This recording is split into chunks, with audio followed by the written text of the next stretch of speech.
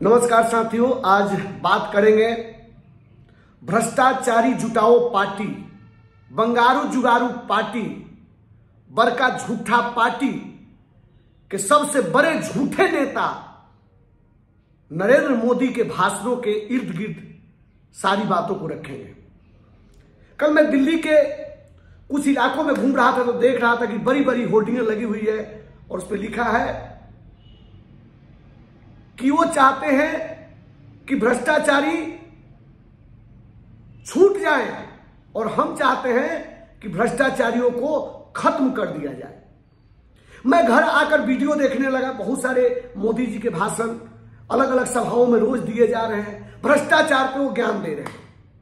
इस तरीके से ज्ञान दे रहे हैं जैसे लगता है कि कोई डाकू कह रहा है कि नहीं लोगों की सुरक्षा होनी चाहिए, कोई बलात्कारी कह रहा है कि महिलाओं की सुरक्षा होनी चाहिए, कोई आतंकवादी कह रहा है कि मानवता की रक्षा होनी चाहिए और कोई हत्यारा कहता है कि जीव की हत्या करनी पाप है।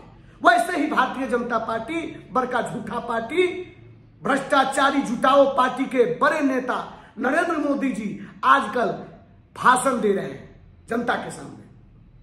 साथियों, कल एक इंडियन एक्सप्रेस में रिपोर्ट छपी है, क्योंकि इंग्लिश का अखबार है, हिंदी के अखबार वालों के रीढ़ की हड्डी तो बची नहीं है, वो अपने आप को गिरवी रख चुके हैं, उसमें छाप नहीं सकते हैं। दीपमान तिवारी द्वारा इंडियन एक्सप्रेस में दूसरा रिपोर्ट है, जिन्होंने एक रिपोर्ट पेश किया है कि पिछले 10 सालों में देश के, खास करके पिछले 3-4 महीनों में देश के 25 भ्रष्ट नेता, बड़े नेता, जिनके ऊपर खुद बीजेपी ने आरोप लगाया कि वो लोग भ्रष्ट है, उनको पार्टी में उन्होंने ज्वाइन कराया।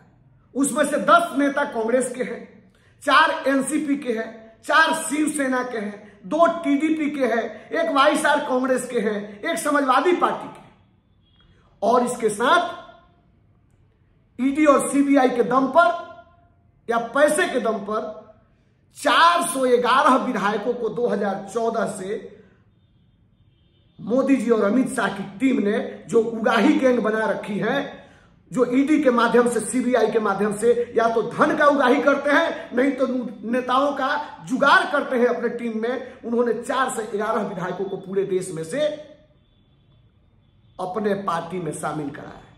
साथियों, ये बड़ा इत्तेफाक है कि पूरे देश में 4100 के आसपास विधायक है और उसका 10% विधायक खरीदा जाता है कि ईडी के डर से, कि सीबीआई के डर से भारतीय जनता पार्टी ज्वाइन कर लेता है और कई एक राज्य की सरकारें गिर जाती है। मुझे याद है 2013-14 का जब आंदोलन हो रहा था, ना आंदोलन, तो उसमें कुछ नाम निकल के आ रहे थे। उसमें नवीन जिंदल का नाम निकल के आ रहा था कोयला घोटाले में, प्रफुल्ल पटेल का नाम आ रहा था। उस समय के सीएजी ऑडिट में पाया गया था कि 80,000 करोड़ रुपए का घोटाला प्रफुल्ल पटेल ने किया है और उस पर चार्ज लगा था, सीबीआई जांच हुआ था। वो क्या था घोटाला? 70,000 करोड़ रुपए में 111 विमान को खरीदने का घोटाला था, जो उस समय के तत्कालिक उड्डयन मंत्री थे प्रफुल्ल पटेल जी, जो एनसीपी से आते हैं। एयर इंडिया के 10,000 बायोमेट्रिक लगाने के लिए कई 1,000 घूस लिया गया, इसका प्रमाण मिल रहा था। कनाडा सरकार ने नाजिर करीगर नाम के एक अपराधी को दोषी करार दिया, क्योंकि उसने $205 लाख बीच में किसी को रख के और प्रफुल्ल पटेल जी को रिश्वत के रूप में दिया था। कनाडा सरकार ने उसको दोषी करार दिया था। आप सोचिए। और छोड़ दीजिए, मैं और थोड़ा सा करीब आ जाता हूं आपके। 2023 के मई में ईडी ने प्रफुल्ल पटेल जी के बर्ली स्थित और मुंबई के और महाराष्ट्र के अलग अलग जगहों पर उनसे घर भी खाली करा लिया गया था, उनके संपत्ति को जब्त कर दिया था कि भ्रष्टाचारी है। और क्या संयोग है कि भारतीय जनता पार्टी, मोदी जी और अमित शाह अपने पार्टी में शामिल करवाते हैं और अभी चंद दिनों पहले प्रफुल्ल पटेल जी को सारे चीजों में क्लीन चिट दे दिया जाता है कि इन्होंने कोई अपराध किया ही नहीं, कोई घोटाला हुआ ही नहीं, तो इन पर जांच नहीं चलनी चाहिए। ईडी का, सीबीआई का, आईटी का, सभी का जो केस था वो बंद कर दिया जाता है।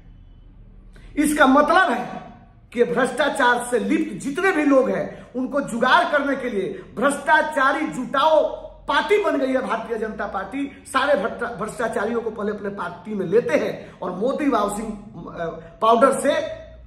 पाउडर से उसको धुल के साफ कर देते हैं। नवीन जिंदल अन्ना आंदोलन के समय यही तो हो रहा था ना, कोयला घोटाला हो गया। वही कोयला घोटाला के दोषी नवीन जिंदल जी को पार्टी अपने पार्टी में शामिल करवाती है।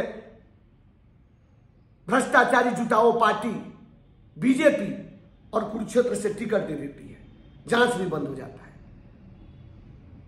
अजीत पवार को, जिनको बार बार कहते थे कि एनसीपी के नेता सारे करप्ट हैं, जैसे मैंने प्रफुल्ल पटेल के बारे में बताया, तब भी आंदोलन में बातें निकल के आ रही थी। उसी प्रफुल्ल पटेल के साथ ही एक और अजीत पवार जी जो एनसीपी में, जो अभी अपने चाचा के साथ गद्दारी करके भारतीय जनता पार्टी में ज्वाइन किए हैं, 70,000 करोड़ रुपए का घोटाले का, उन पर सिंचाई घोटाले का आरोप था और भी अन्य घोटाले थे। सबसे बड़ी करके उनको महाराष्ट्र के अंदर उप मुख्यमंत्री का तगमा दिया जाता है, उप मुख्यमंत्री उनको बना दिया जाता है।